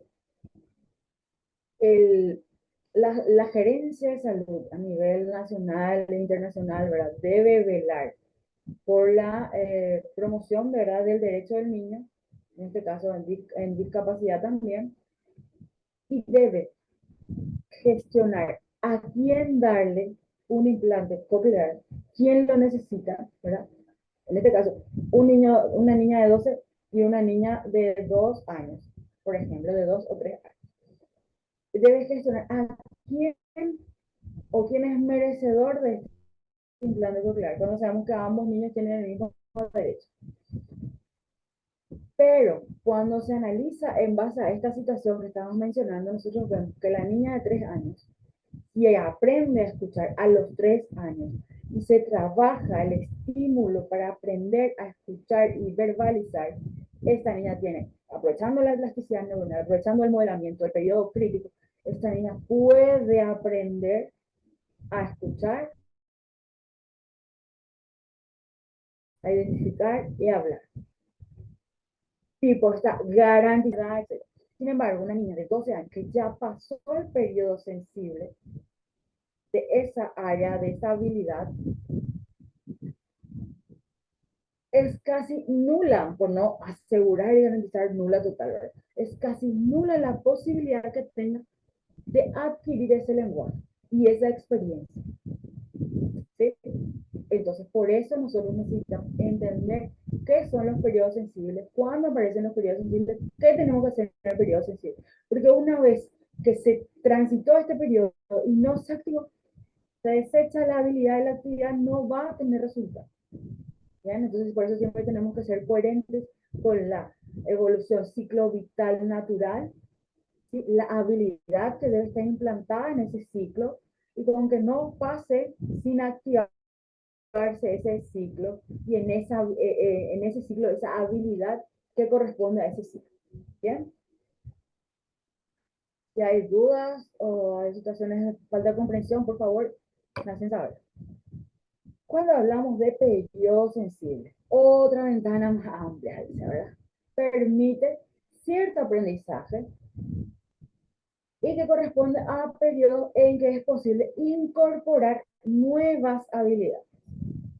Depende en parte de la capacidad de crear nuevas sinapsis en los cerebros exigidos. Puede extenderse por mucho tiempo. Hay un periodo sensible del desarrollo. Entonces, periodo sensible del desarrollo no es lo mismo que periodo crítico del desarrollo. Bien, en el periodo sensible se van a incorporar habilidades. Entonces, yo aprovecho una ventana de oportunidad para incorporar habilidades. Por ejemplo, vamos a tomar el síndrome de Down. El síndrome de Down, el niño, la niña, todos dicen que los niños son esponjas, ¿verdad? Pero en este caso, tiene este periodo sensible para adquirir el máximo nivel de conocimiento, si no me equivoco, hasta los 6 años.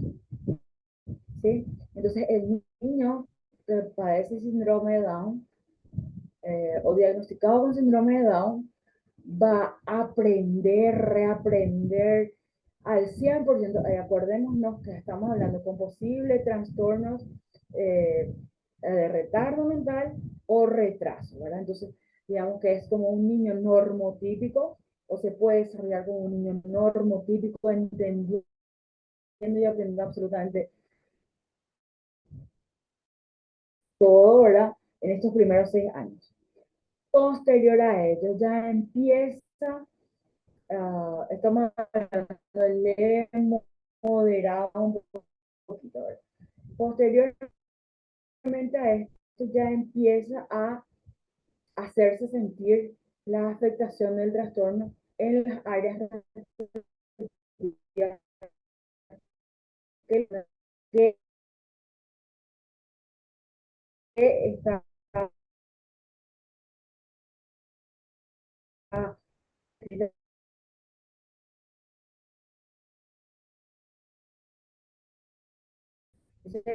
me explico. Entonces, es un periodo nosotros podemos adelantar todo lo que queremos trabajar, por ejemplo, la vida de la vida cotidiana,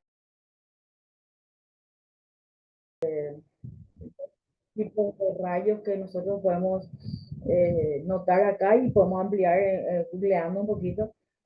Eh, Cualquier cuestión también que afecte el área sensorial, ¿verdad? Que sea de lo exterior, que tenga un impacto en nosotros. De que ese impacto es negativo, ¿sí? Deja unos efectos negativos. La parte química o las noxias químicas, como los medicamentos, eh, o sea, la parte química variada, ¿verdad? Y nosotros vemos acá, por ejemplo, detergentes, ¿verdad? Eh, y podemos ampliar también alcohol, drogas, tipo de pastillas, ¿verdad? Eh, agrotóxicos, ototóxicos, ¿verdad? O sea, hay una super clasificación sobre eso, pero más o menos para que veamos eh, estos factores estructurados de esta manera, que son cuestiones a las que van a influir en nuestra neuroplasticidad. ¿Sí? Y la posibilidad de interferir de manera menos drástica, ¿verdad? Es como nuestro cerebro enfrenta esta exposición a estas situaciones, en este caso químicas, físicas, biológicas, estos virus, bacterias, y entre otros, ¿verdad? Esto va a afectar a nuestro ser, a nuestra personalidad también, como vamos a ver, existe una noxa que tiene que ver con los aspectos psicosociales. Esto básicamente va por la discriminación, entre otras afectaciones que se puedan dar en nuestra interacción social, ¿sí? Sobre todo en este caso se puede destacar a las poblaciones susceptibles o vulnerables, que son justamente niños, mujeres, eh, indígenas, eh, a veces unas cuestiones que se vinculan a la creencia religiosa, a la cultura. A lo mejor no nos toca tanto como en otros países, pero también aquí existe, ¿verdad? Entonces, ¿cómo nosotros nos sobreponemos a este tipo de actividad o a este tipo de situaciones, ¿verdad? ¿Cómo respondemos o cómo sobrellevamos este tipo de situaciones? Se vincula a una habilidad de nuestro sistema neurológico para modificar, frenar o gestionar de mejor manera nuestra interacción con esta situación. En muchos casos podemos evitar, pero la neuroplasticidad es lo que nos favorece o nos hace posible poder, digamos, también recuperarnos de cualquier exposición a este tipo de situación. La plasticidad cerebral es una propiedad del sistema nervioso central que le da la habilidad de cambiar la funcionalidad estructural en respuesta a estos cambios externos o internos. Las ventajas son, por ejemplo, a mayor diversidad y número de conexiones corticales, aumenta la capacidad para aprender y generar nuevas soluciones a problemas, por un lado. Por otro lado, el aumento de capacidad cerebral ayuda a que se mejore la capacidad para entender y realizar actividades. ¿Bien? Nosotros aprovechamos que podemos reaprender y aprender de esta interacción con el medio externo e interno, ajustándonos, protegiéndonos, ¿sí? Y sacando provecho a la funcionalidad que tiene nuestro cerebro tan plástico. Por ejemplo, cuando un adulto padece un accidente vascular en su arteria cerebral media izquierda, ¿bien? Esto va a determinar necesariamente una afasia y una hemiparesia o hemiplegia derecha, ¿bien? Con un pobre porcentaje o proyección de recuperación. Ahora, si esto mismo le ocurre a un niño de 3 años, sucede la misma afectación, pero al cabo de 3 meses, el niño recupera completamente el lenguaje y a la vez su hemiplegia se atenúa o desaparece. ¿Sí? ¿Por qué? Porque la plasticidad en un periodo sensible y en un periodo sensible, y en este caso también se puede asociar a un periodo crítico, el niño se encuentra en este caso, en este ejemplo, el niño se encuentra a los 3 años, ¿verdad? Y nosotros sabemos que hasta los 6 años la plasticidad es la confluencia mayor, es un potencial para poder intervenir y modelar. Por tanto, la intervención garantiza un resultado. Y este resultado generalmente es positivo cuando la intervención es acertada y asertiva. Sin embargo, aunque haya plasticidad en todo el ciclo vital hasta la muerte, no es, no es digamos, el top, no es el momento ni crítico ni momento sensible del desarrollo. Por tanto, existe plasticidad, pero esto no permite garantizar una modificación positiva de una intervención o de algunos tipos de intervención, por más acertadas que sean. ¿Sí? Se va a lograr a lo mejor incrementar ciertas situaciones, pero por ejemplo, reponerse el 100%, no hay garantías de eso, porque no hay herramientas, no hay condiciones para que esto se dé. ¿Sí? Entonces, por eso nosotros hacemos este énfasis, esta parada y este remarque en todo lo que puede pasar en estos primeros 6 años. Porque por más trastorno, por más situaciones adversas que se presenten, cuando hay una intervención oportuna, precoz, teniendo en cuenta la maduración, respetando los tiempos, respetando la evolución biológica natural, nosotros podemos lograr nivelar, corregir, modelar, ¿sí? En función a mejorar la calidad de vida de estos niños para todo el resto del ciclo de la vida y no esperar a que el niño sea adulto, adolescente, para poder hacer intervenciones que lamentablemente por una cuestión neurológica no va a ser posible recuperar. ¿Sí? Por eso que hablamos precoz, no porque adelantamos ciclos, no porque adelantamos tiempo, no porque queremos adelantar cualquier tipo de situación para supuestamente hablar de alguien que va a ser mejor. No, es porque tomamos medidas en tiempo y forma, teniendo en cuenta los fundamentos que nos dan las neurociencias para poder obtener resultados que vayan a aportar a la calidad de vida de ese niño, esa niña, esa persona. Y no vamos a esperar, porque tenemos fundamentos, tenemos la teoría, sabemos, hay estudios que garantizan, que demuestran, ¿verdad? Evidencia científica. Tenemos evidencia científica, entonces si tenemos evidencia científica de que entre los primeros 6 años nosotros podemos lograr generar estructuras, crear, recrear, modificar, trabajemos en esta edad y no esperemos a que sea un niño grande donde su plasticidad ya no nos va a permitir un modelamiento ideal. Por tanto, siempre vamos a trabajar con desventajas, vamos a tener logros que tienen que ver con pequeños incrementos, que si lo queremos volver estadísticos, casi ni se notan. ¿Bien? Entonces, esto se explica porque en el cerebro joven existe plasticidad, es decir, capacidad de reasumir las mismas funciones con otras áreas cerebrales a través de nuevas interconexiones. Esto se puede generar con facilidad Obviamente estamos hablando de intervenciones oportunas, acertadas, asertivas, y sin violentar nada, sino que guiando y modelando. Bien.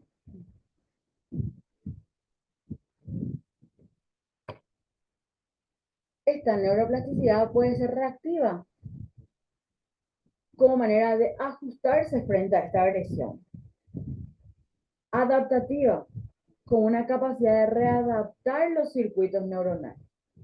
Reestructuradora, recuperando funciones perdidas o evolutivas, interactuando plásticamente con el medio ambiente. Evolutiva tendría que estar abajo, entonces tendríamos 4 tipos de, en las cuales se puede presentar esta neuroplasticidad: reactiva, adaptativa, reestructuradora y evolutiva. ¿Bien? Resulta claro que muchos factores pueden interferir el neurodesarrollo, tanto desde el punto de vista intrínseco, que es interno, que tiene que ver con la genética, las cuestiones estructurales y las metabólicas, ¿sí? Así también como en la parte extrínseca, que sería por fuera, agregando a esta lista factores que intervienen: el estrés, trauma, y no estamos hablando de golpes físicos específicamente, sino traumas, digamos, a nivel más eh, neuropsicológicos. Toxinas, que pueden ser desde los ácaros, bueno, los ácaros no son toxinas, toxinas como estuvimos viendo en la parte bioquímica, ¿sí? Estos agentes, estas noxias que vimos químicas, accidentes vasculares, tumores, entre otros. Bien. Perdón. Por ejemplo, solo analizamos el estrés. En los primeros 3 años de vida, podemos observar que este es capaz de aumentar la producción de glucocorticoides a través del eje hipotálamo hipoficiario, lo que se ha demostrado que es capaz de generar cambios permanentes en el cerebro. Por eso es tan importante el control de estrés, incluso como vimos en las clases anteriores, desde la gestación. Y este estábamos hablando del estrés de la madre. Bien. Lo más importante es que ante cualquier tipo de estrés, en los primeros meses de vida, interfiere al apego y la lactancia materna, lo que demostradamente se traduce en disminución de conexiones neuronales. ¿Se entiende? Este estrés en los primeros meses de vida interfiere en el apego y la lactancia, y la consecuencia sería la disminución de estas conexiones neuronales, con aumento de apoptosis, destrucción de neuronas antes del tiempo ideal. ¿Bien? Y que en la práctica significa, así muy corto, digamos, menos inteligencia global y emocional, mayor riesgo de maltrato infantil, mayor vulnerabilidad frente a infecciones y menores índices de salud en general. ¿Okay? Bueno, ¿qué es lo que permite a los mamíferos sobrevivir? Hacemos también un paralelismo, ¿verdad? Mamíferos y dinosaurios y otras especies de antaño. Posteriormente el hombre, pues en los periodos glaciales y otros, esa es una forma de expresar, y seguimos haciendo paralelismo, ¿verdad? Digamos, ¿por qué estos ancestros animales, mamíferos, ¿verdad?, fueron quedándose en el tiempo y llegaron a la extinción? El ser humano se mantiene y se sostiene, pese a estos periodos glaciares y otros desastres de la naturaleza, también sobreviviera y continuara evolucionando. Estamos hablando del hombre en el genoma y inteligencia. ¿Bien? No es sino a merced de la lactancia natural y el apego que brindaron nutrientes específicos y estímulos ambientales necesarios para un adecuado y progresivo neurodesarrollo. Entonces se utiliza, o en este ejemplo de esta bibliografía, de esta tendencia de pensamiento, de investigación, de paralelismo, en donde se destaca que la diferencia que hay entre los mamíferos ancestros y el mamífero hombre, ¿sí?, ser humano, destaca la diferencia y valga la redundancia, que se encuentra la única que remarca la que es posible que se menciona acá, que haya hecho la diferencia para que se siga evolucionando el ser humano, es esta que se vincula a la lactancia que estuvo presente desde que apareció la humanidad, hablamos del ser humano, y este apego o este cuidado de la madre familia sobre el niño, en este caso el hombre mamífero. ¿Bien? Bueno, acá ya hay una cuestión que también tiene que ver con las ideas y las líneas de pensamiento de cada uno, entonces no es para debatir, ni, o sea, si quieren no hay problema, pero no es para ampliar, por lo menos en estas clases, sino para tener más en cuenta puntos de vista, ¿verdad? Que como estamos haciendo paralelismo, acá se constata, por ejemplo, que pese a nuestras civilizaciones y desarrollo científico, el ser humano es el único del planeta que por razones sociológicas y políticas inadecuadas no puede completar su neurodesarrollo como es debido, por no estar protegida por una adecuada lactancia materna y apego. Bien, ya queda a criterio profesional y personal de cada uno. Curiosamente está permitido y legalizado el abortar y la lactancia natural y el apego, interrumpiendo el normal desarrollo psicomotor a través de la licencia postnatal insuficiente para los requerimientos biológicos del ser humano, en desacuerdo con las evidencias científicas claramente conocidas.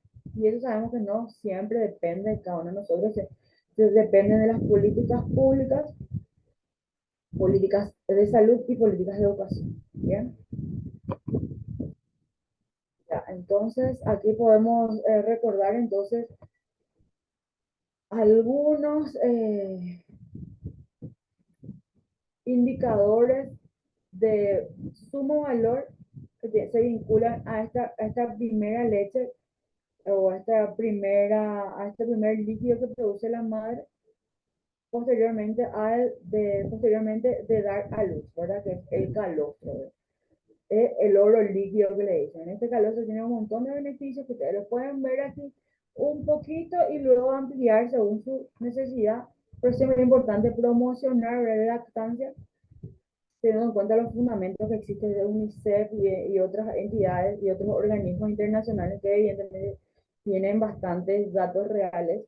Por tanto, en países como el nuestro y Latinoamérica y el Caribe, siempre es sumamente importante por esta cuestión de inmunidad y por asegurar también la alimentación de los niños.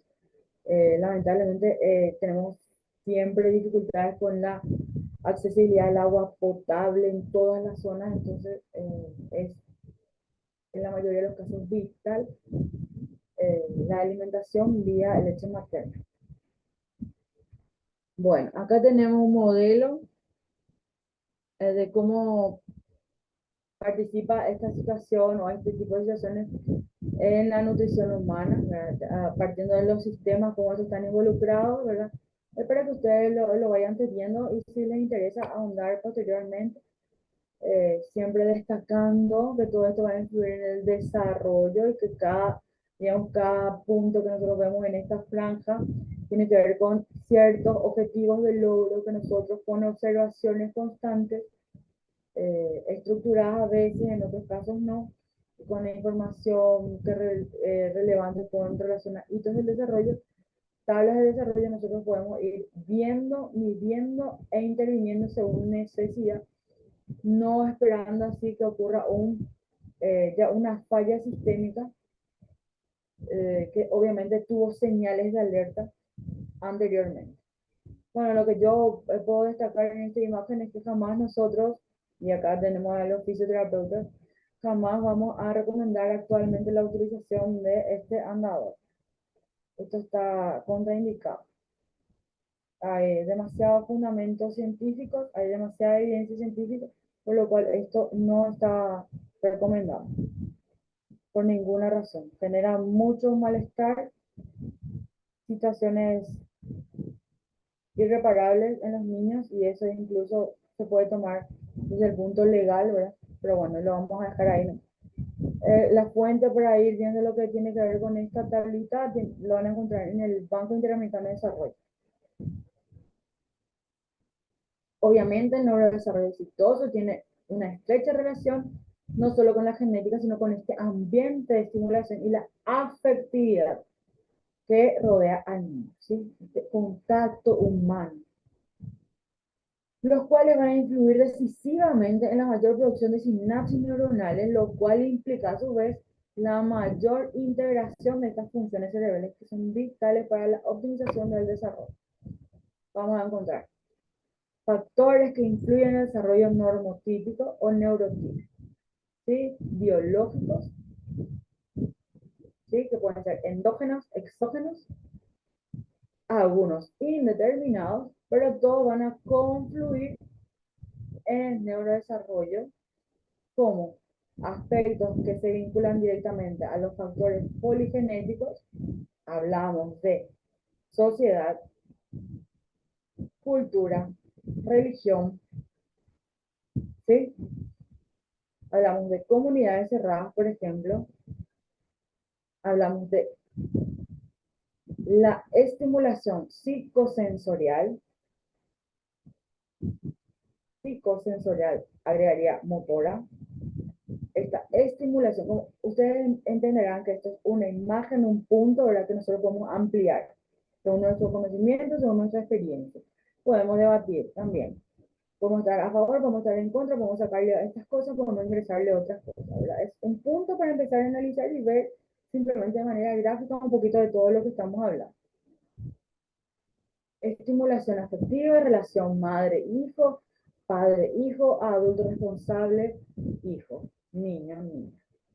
Posibilidades educacionales, de institucionalizar y de accionar en el medio social estructurado, sistemático o sistematizado como es un sistema escolar. La necesidad de generar estas rutinas para que el niño pueda ir adoptando esta postura de autonomía que todos los seres humanos necesitamos, padeciendo discapacidad y teniendo un desarrollo normativo. Posibilidades nutricionales, acceso a servicios médicos. La base de todo tiene que ver con lo cultural, lo social, socioeconómico, yo diría también socioeducativo. ¿Bien? Bueno, acá tienen algo que les puede servir a lo mejor como un dato, ¿verdad? Tiene que ver una relación con la microbiota, el parto, la edad gestacional, la nutrición, el uso temprano de antibióticos, cómo esto tiene cómo se liga con el desarrollo del cerebro. Bueno, y acá volvemos a cómo iniciamos hablando de la gastrulación, por ejemplo. Entonces, esto ya lo pueden también leer si es que ya no nos da, no nos da tiempo suficiente. Como un tipo de resumencito o como un punto de recapitular lo que estuvimos viendo de las capas a nivel celular, que eran el endodermo, el mesodermo y el ectodermo. Cada una que da origen a los tejidos y órganos diferenciados, como vimos en nuestra imagen también. Este fenómeno de la inducción neural hace la referencia a esta diferenciación entre ectodermo en placa neural, ¿sí? Que es el tejido que será el sistema nervioso. Mediante esta acción de inductora de señales químicas procedentes de células del mesodermo inmediatamente subyacente. Una vez formada esta placa neural, ¿verdad?, que vimos, se irán sucediendo una serie de eventos morfológicos. Ustedes tienen acá descrito, ¿verdad?, que es una secuencia. Estos eventos morfológicos y celulares, como lo que también esta cuestión de la proliferación, la migración, que también vimos como parte de un proceso, ¿verdad?, son los que van a dar lugar al sistema nervioso maduro. Por eso es tan importante entender cómo esto ocurre, dónde esto ocurre y que esto debe estar presente en esta secuencia. Bueno, algunos de estos procesos dicen que continúan hasta por lo menos la adolescencia. Hablamos de este proceso continuo durante todo el ciclo de la vida.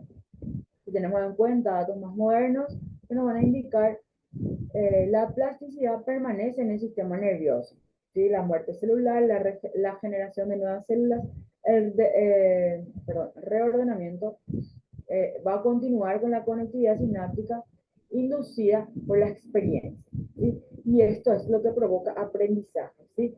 Esta conectividad, digamos, sináptica inducida por la experiencia es lo que va a generar este aprendizaje. Posteriormente luego tenemos un contenido donde vamos a hablar de cómo se produce este aprendizaje y vamos a vincularlo, digamos, directamente a este concepto.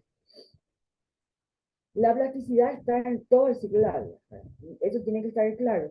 Sin embargo, en estos primeros 6 años, los indicadores de logro por la sistemática en la que se produce esta plasticidad es óptimo. Entonces, hay resultados garantizados prácticamente.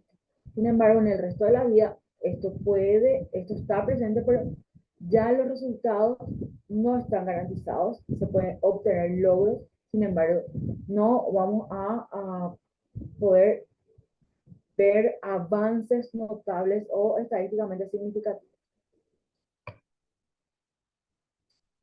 Vemos que ya tenemos fases en el desarrollo de este sistema nervioso central. Parte de lo que estábamos viendo lo podemos también reducir a este tipo de clasificación que tiene que ver con la centralización, la encefalización, la diferenciación y el plegamiento. Esto lo van a leer con calma luego, ¿sí? La embriogénesis, con lo que nosotros empezamos a hablar, ¿verdad? Que es una de las ciencias en las cuales nosotros, o un área de la ciencia en la cual nosotros nos vamos a involucrar para tener toda esta información, ¿verdad? Menciona que obviamente el huevo, ¿verdad? Sufre divisiones en cada etapa del desarrollo. Vimos que también como otra manera de tomar este tema de la gastrulación, entre otras, es desde la fijación del útero, y esto tiene que ver con la blástula, ¿bien? Volvemos a que vuelve la etapa, o vamos a la etapa de la gastrulación posterior a la blástula, donde se define este ecto, meso y endo, ¿verdad? Que da lugar a la blastocele posteriormente, a la fase de centralización, y vamos a ver acá cómo se va. De todo este proceso es sumamente fundamental, ¿verdad?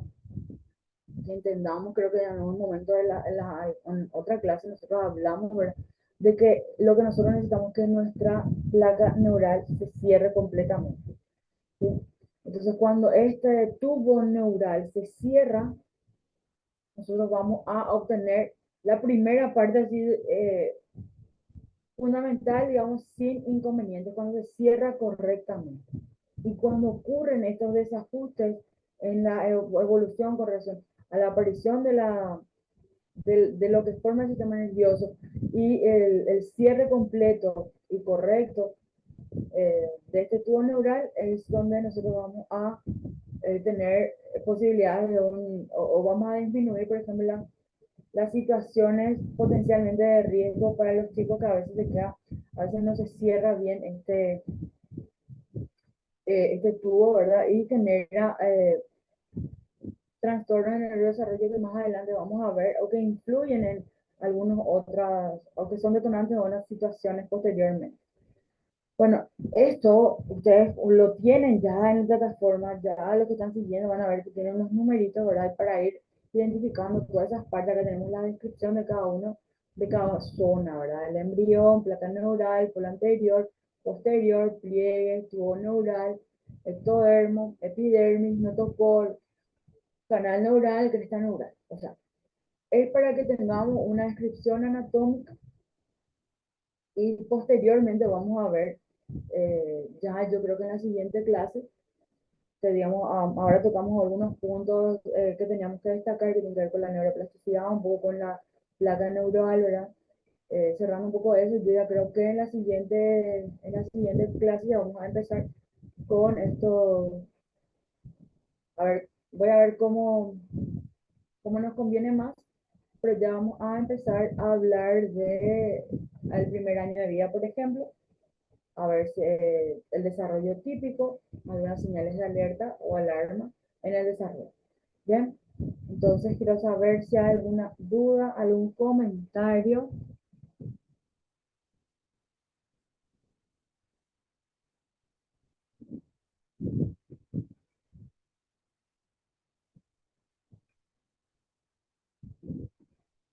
Bueno, entonces yo lo que quiero es dejarles este contenido pequeño ya que queda acá, donde se enfatiza situaciones que se vinculan a la placa, al tubo neural, a la cresta neural, ¿verdad? Se vincula a una... acá me escribe alguien, y les dejo estas imágenes. Gracias, Paulina. Les dejo estas imágenes. Ahí estamos 14. No me di cuenta. Voy a tomar acá una foto para poder hacer el seguimiento de su asistencia. Gracias por estar, por tener paciencia. Eh, Me gustaría que vean lo que es la notocorda, cómo esto aparece, cómo se genera, ¿verdad? Pueden googlear y van a encontrar unos videos súper espectaculares. Y bueno, se me fue grande ahí. Sobre todo destacar y recordar la formación del tubo neural y los pliegues neurales, ¿sí?